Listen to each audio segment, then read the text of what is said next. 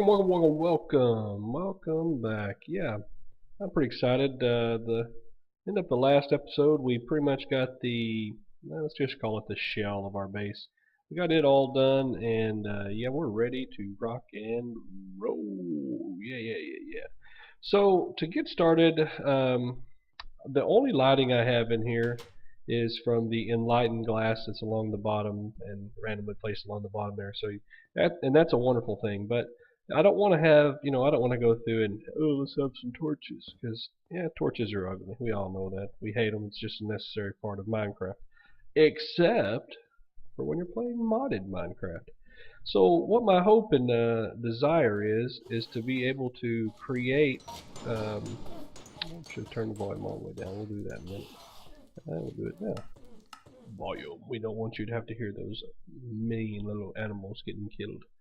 So what I wanted to do is try to use the painter. I've never used it, but it seems like I saw it in a video once where you can take any block and make a glowstone look like that block.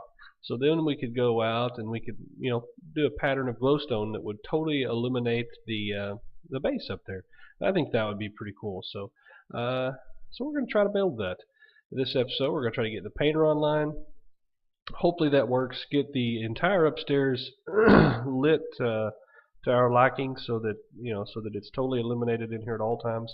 And then we're going to go ahead and build the structure for these 3 bays and those 3 bays. I'm going to leave the middle open right now. I'm not sure what I want to do here, so I'm going to leave it all completely open. But once I have the structure for those 3 bays and those 3 bays in, I'm not 100% sure. I've got a lot of different things that I'm wanting to do, but I'm going to decide that when I'm building them, what I think looks best, what will fit the best, and then I'll determine what we're going to do with the rest of this episode, because this is only going to take a little while. So without further ado, let's go figure out what it's going to take to make this painter. So don't know why I was looking at fantasy block, but ignore that. Painter, paint. What is it called? Painting. Alright, so painting machine, we'll call it, so we only have to look at one thing. So painting machine, so it's like any other thing in this game. There's a rabbit hole. I went ahead before I came online and made a bunch of electrical steel. Did that in the alloy smelter with iron, coal dust, and silicon. I was able to get a bunch of silicon from the sag mill, and I was able to get a bunch of that because we got the ender quarry, or not the ender quarry, but the mining digital miner, and we went and got a ton of sand. Matter of fact, we have almost 2 things full. And you may notice, that's right, I just set up the nether quarry, the digital miner in the nether. Getting tons of soul sand, tons of quartz already, which is fantastic. I got about, not very much of those, maybe 10 or 15 of each, somewhere in the neighborhood. I'm not exactly sure, but I'm just going to go ahead and smelt it all up. All the ardite and the cobalt's already in there, and they smelt together to make manulin, which I believe is, from a tinker construct perspective, is the best ore you can get for your tools. So I'm going to go ahead and smelt all that up and probably make some in-game tools at some point during this episode. So back to business. So on this, I have everything in my inventory except for the mining chassis, the machine chassis. So that takes a basic capacitor, which we got plenty of materials to make. Boom, boom, boom, boom, boom. There we go. You have a map on your screen. How are you lost? Yeah, that's about right. So we know a painting machine takes that. We'll go back to here. I think that's iron bars. I think we have all that. Yes, we do. And boom. So, yep, no problem. We're there. We're already there. We are already there. So let's go ahead and get rid of sag mill for right now. We're not going to be using that for a little bit. I've been trying to keep all of my machines in here because eventually I'm going to set up the areas upstairs, and I want to be able to find what I have made so I don't make multiples of it. So excuse me. It is getting power. Make sure that this thing. So it's getting power. Doesn't seem like it's getting a lot of power though, does it? And that's still an output only, so we should be getting power. So, you know what? I should have taken the octatic. Let's do that. There's that sag mill. I think you can take those out, can't you? Boom, yes you can. So we'll get that thing, put him back up. I made 2 octatic capacitors back when I was first smelting some stuff for the last episode, so let's put this bad boy in there, and that makes a big difference on how fast it can do things. Not that we need speed, but anyway, so what we want to do is, let's see, I think first we want to, is that the block we're going to paint? Is that how does this work? Oh, are you kidding me? Oh, and it looks identical. It looks identical. Oh, this is too cool. I'm going to go ahead and put that stuff on. You guys don't care to see me no more. Yes. So, did it consume the block is my question. Did it consume the block? No, it did not. So, let's just go ahead and make -1. Let's just go ahead and make a whole jazz full of them. Oh, this is too awesome. So, let me go ahead and, gosh almighty, I've got to get my inventory scenario around these parts. There's a bunch of puke. So I started making some Java upgrades. I'm not sure how to use them though, so we didn't get too far with it. I'm not even sure. Just make you know how I feel about crafting tables. You can never have too many crafting tables. I've got them literally everywhere. Alright, so we'll just, you know what I say, when your inventory gets full and you run out of chests, you just make more chests to puke the inventory into. That's right. That's not right. I need those. So I need to keep that. We'll go ahead and keep that. So I kept those in case I wasn't sure how this worked. So I wanted to be able to, I don't really like that B header. That's another thing altogether.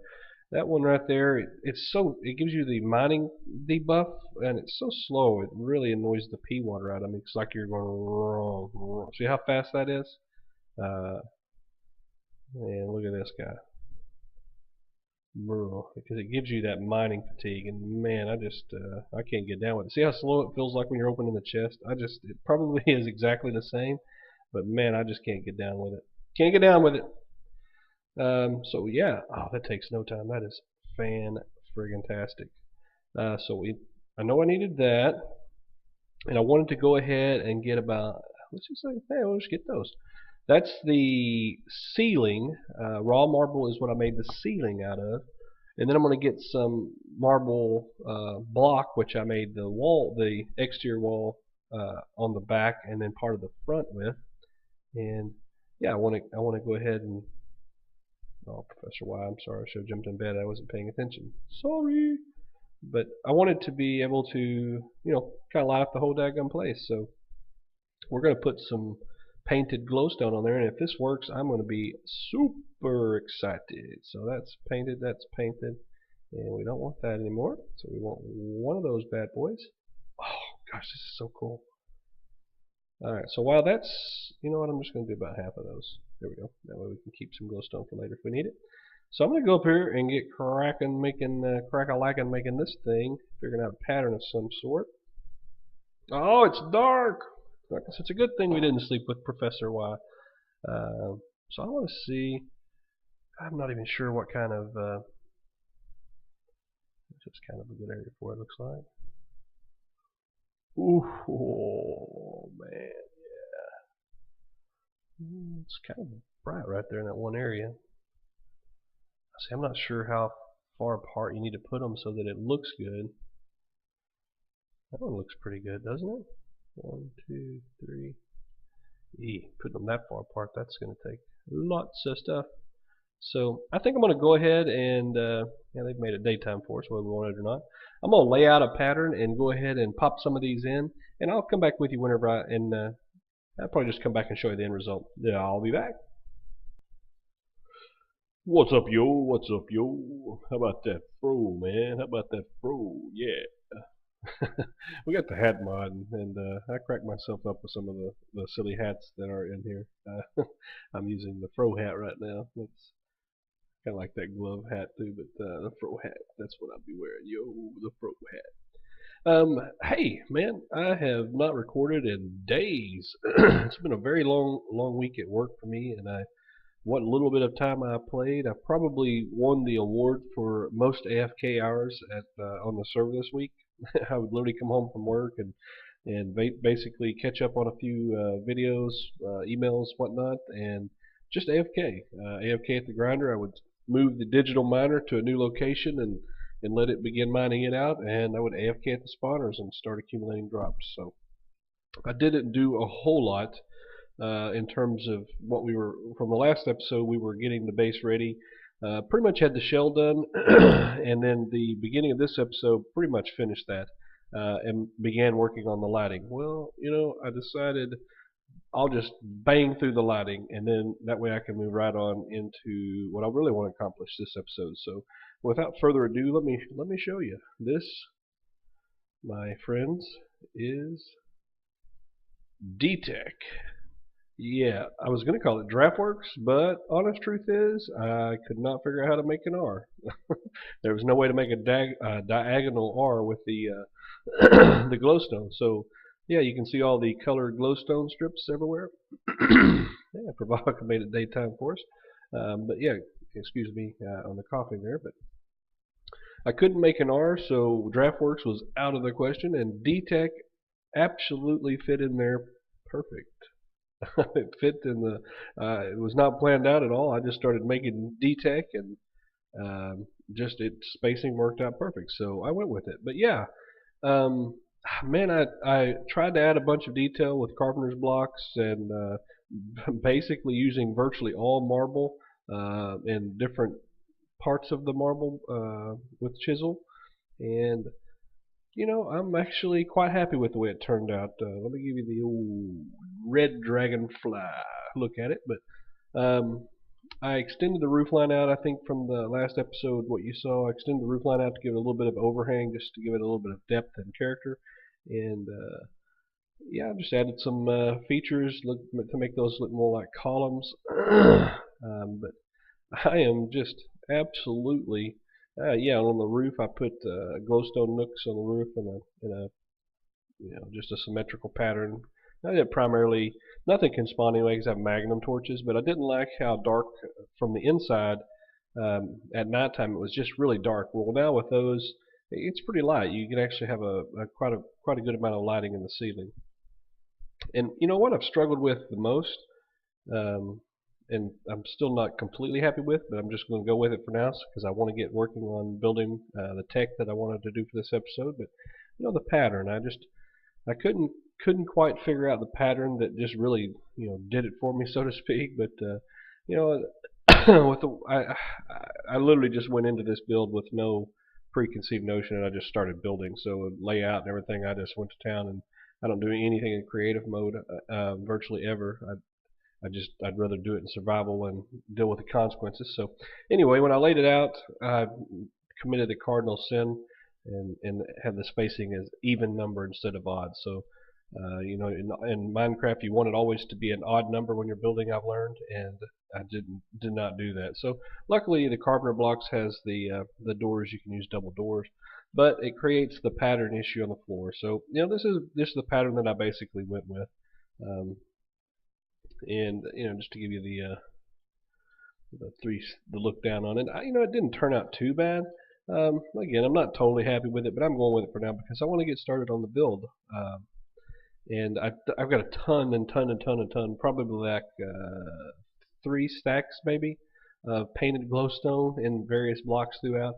Could still use a little bit more here and there, but for the most part, right now I'm just going with it. You can see if I'll probably find some somewhere that says painted, or maybe I won't. Yeah, or maybe I won't. But either way, hopefully you guys will like it, think it's cool. But I'm really pretty happy with it to start with. So I'm going to tell you what, I got some teleport blocks, and down here in the base, it's pretty much more of the same. Tons and tons and tons of material that I've gathered because, like I said, I've been the AFK king over the last this past week, just sitting in my little cobble hut there while AFKing and gathering resources. And man, I have got a ton of resources to get started doing anything I want. And the very first thing I want to do is quit coming down here and seeing 50,000 chests that I have to walk through for the videos. And I have plenty of material to get started with AE2.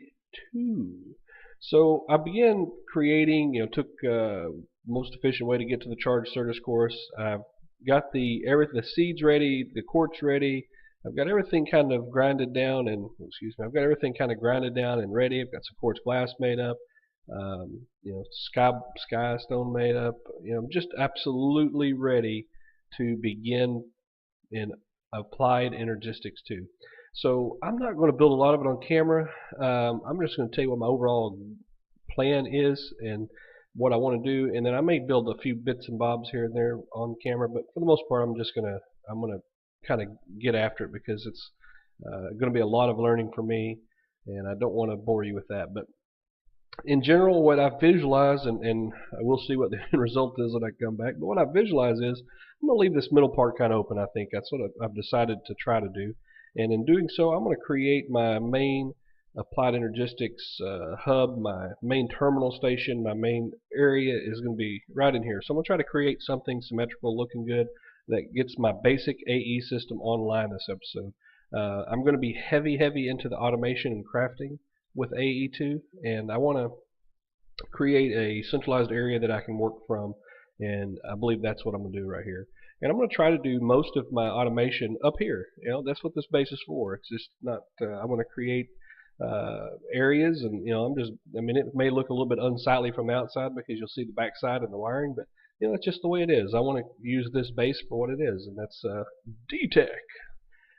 So I'm going to get rolling and get a basic applied energistics 2 system online. And then I'll definitely work with showing you some of the crafting and how to set up some of the crafting as I learn it myself, because this will be the absolute first time I've ever played with it. So without further ado, I'm going to get cracking on with it, and I will give you some progress updates in a bit. Peace! Alright guys, I'm back to show you the progress we've made, and I'm tired. It's been a long day getting all this up and going, but I'm just going to show you kind of the process that I took to get started in the AE2. It's quite tedious to get started, and I'm at a point where I think I'm at a point where I'm about to turn the corner. Everything's going to get a little bit easier. So first thing I did was make the energy acceptor, which could convert the energy coming from my big reactor. I need to check my fuel in the big reactor. Oh yeah, still got tons. I still only have that at like 50%. Yeah, see, I only have the rods in at 50%, and it's producing far more energy than I can use. The 10 million buffer in there is always full. The 30 million buffer down there is always full. It doesn't go down. All right. Let's see here. I've got the energy acceptor and just the regular glass cable, which is crafted by using that. So first thing I did was take and make a bunch of seeds. I think I've showed you that. If not, I just made a bunch of Certus quartz seed, bunch of fluic seeds, and yeah, I created a little just quick generic crystal growth accelerator in the ground. I had it powered right now. I just got it unhooked because there's no reason to have it powered up right now. But yeah, anyway, and then just threw them all in there and created hundreds and hundreds of the different items that I needed. And so that allowed me to create a generic inscriber press. So I sag milled out a bunch of, let's just go ahead and take those out. Sag milled a bunch of my redstone. Well, not a bunch. Looks like about 9 stacks out of that box, and I've got like 3 of those. But sag milled some of that, which creates silicon. Then I'm just throwing the silicon in there. This guy, I'm gonna set all this up at auto processing at some point. Probably in the next episode, as a matter of fact. But yeah, this is just a quick, nerdy little way to automate it. This item node pulls it out. That chest is completely full, so it didn't go in there. So it takes it straight to this chest.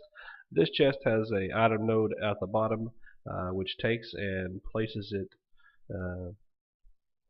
into here. And this is just a generic place where I dump all of my inscribed, the printed circuits in here. And this is redstone, and so this from the back, the silicon goes into the bottom.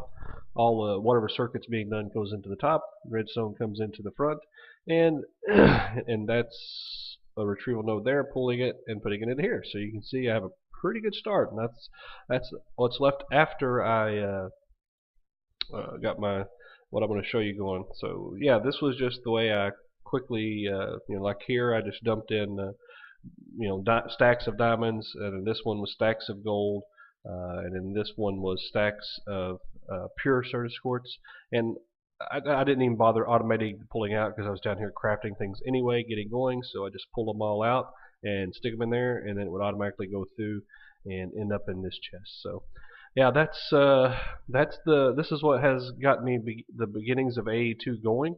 Down here, kind of, I don't want to say babysitting this, but that's essentially what it was, going through and really just crafting, and then waiting. Yep, I need more of these circuits. Throw those in there. Waiting, crafting, waiting, crafting. That's pretty much what it was to get started. But I believe I'm at a point where life is about to begin getting easier. So let's go see over here for a second. I'll show you kind of what I did from underneath, so you'll see that part of it first, and then we'll go back from there. But yeah, if you take all these guys out here, just so you can see, I'll probably put the lighted ones back in for lighting after we're done. But anyway, so what is this down here, you say? I got the tesseract that's it's on my reactor frequency, and it's set to receive energy only. I have an energy acceptor, which converts whatever energy type coming out or going into it into the AE energy need. Just have a dense energy storage cell there. Probably not needed with the amount of energy that I have over there, but I figured there was no reason not to. And at this point, I just have the one ME controller. At some point, I'm sure that I'll probably need more, but at this point, I'm just going to go with that. Man, I watched a lot of videos, and I'm not 100% sure on the cabling, how it works, and if I'm doing it right, but I'm going with the way it is for right now. Out of the ME controller, the way I believe it works is that you have 32, you receive 32 channels out of each face of this block. So that means I have 32 channels up there. So something about the dense cable allows you to have 32 additional channels, or 30, I don't know if it's 32 in addition to that face, or if it just continues that. But I was having problems with the channels up there, and when I added a dense cable, it allowed what I have set up to function. So I'm going to say that it actually increases it by 32, or at least 32 out of each side of this thing, maybe, I guess is what it may work. So maybe 32 out of here each face. And then when you put a dense cable, it allows 32 out of each face of the dense cable. And by hooking up to multiple sides of the dense cable, I think is what kind of, that's what kind of set it aside for me and got it working. But anyway, let me throw these back on here for just for lighting from below.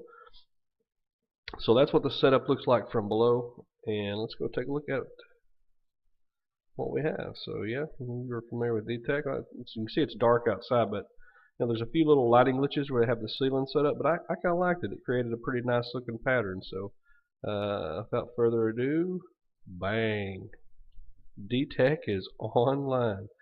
I bumped these columns out one, put a little decorative block at the bottom to match these. I really like the way that turned out. Yeah, it gives it that three-dimensional effect, gives it a really good look to it.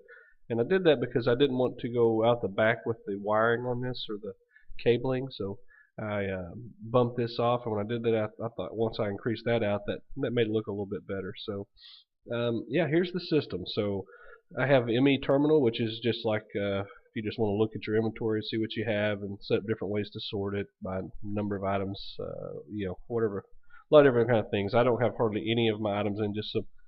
Basically, when I would come up and dump some of my AE2 inventory in here, and I have some ME drives already set up for future expansion, things like that. But this is a crafting terminal, which I can use it. This basically acts just like a normal crafting station. I can craft, but it pulls out of my inventory. So, like if I wanted to craft a Oh goodness, I don't even know what I have enough to craft. I don't have anything to craft to show you, but anyway, if I could craft and it would pull directly from my inventory, which is kind of cool.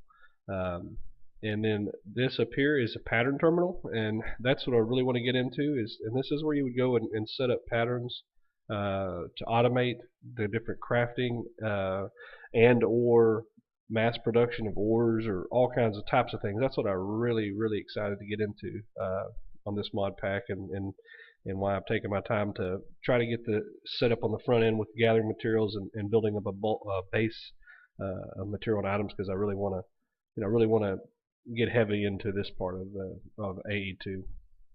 So basically, I would create a pattern, and I don't know. I guess I could try to. First thing I gotta do is figure out what make a blank pattern. That'll be blank pattern. So blank pattern. That'll be the first thing that I want to do. You know what? Let's just try that. Let's see what material I gotta have. Iron. I don't think I have iron. I do have iron. So let's see here. So let's try this here. Let's go to the crafting terminal, and let's type in pattern, and we're going to go to the blank pattern. Let's see if we got enough to do that. Don't have enough to do that? Oh, we do. See? Okay, so that creates a blank pattern. So let's do that. It doesn't tell me how many I can make, but all I really want to do is make one. So then I go up here to the pattern terminal. I think you put that in there. We're going to leave this as a crafting pattern.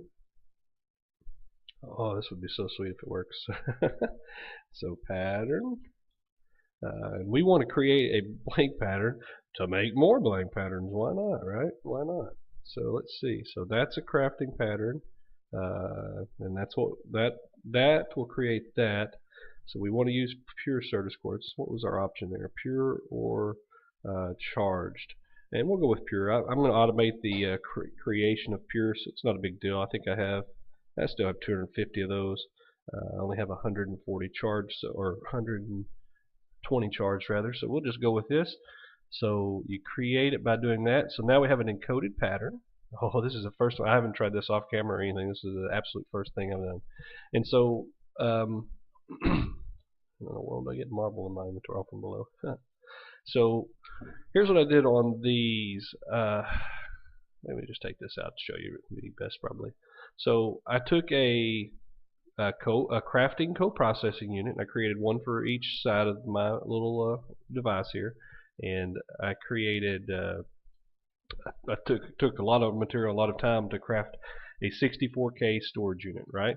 So basically I have I don't know if it'd be my in-game processing or not, but it's pretty stout processing power right now. I've got the 64K and I have one on each side. So this is basically an identical setup. So the ME interface is where the patterns are stored, and then once the pattern gets stored, it can interact with any attached molecular assembler, and they act as an automatic crafting table based on these patterns. And you can see there's places for upgrades, yada yada yada. We can set this to be the priority machine, so like if you had upgrades in one machine, you wanted it to go over another, you could do that. But so every one of my ME interfaces has access to two different crafting terminals in the little pattern that I set up. So it was not just for aesthetics. It serves pretty good functionality as well. And the again mirrored the setups on each side. So anyway, this is a interface terminal, and on the interface terminal, this is where you put your patterns. And so I'm not sure if I could name. That's basically showing you the interface of all these. I think I could take and rename that block in a just a regular anvil. I think I could rename it to ME interface, 1, 2, 3, 4, or whatever, 5, 6, 7, 8, whatever I wanted to do, and I believe it would make it show up here. But as of right now, 2, 4, 6, 8. Huh. That's kind of strange. Two of them must be offline. I think that has to do with that cabling thing. Tell you what, let me try to fix that right now, because that'll bug the pee out of me.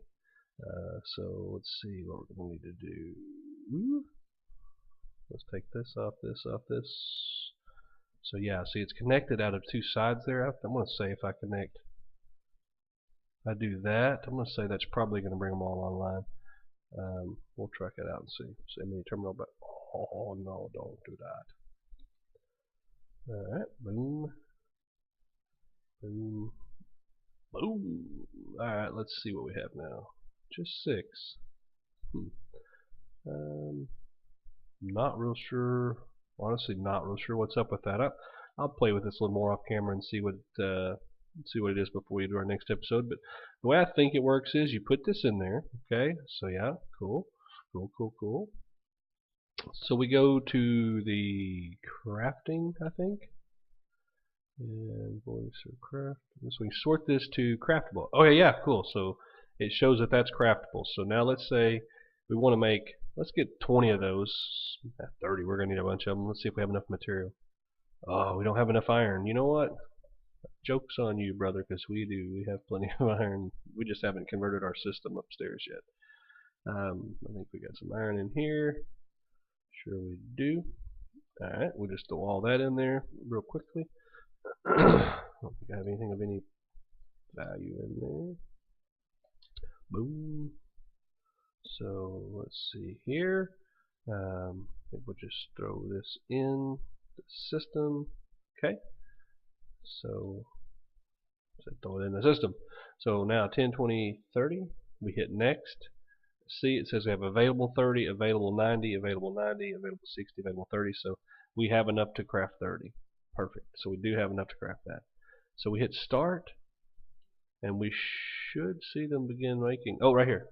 Okay.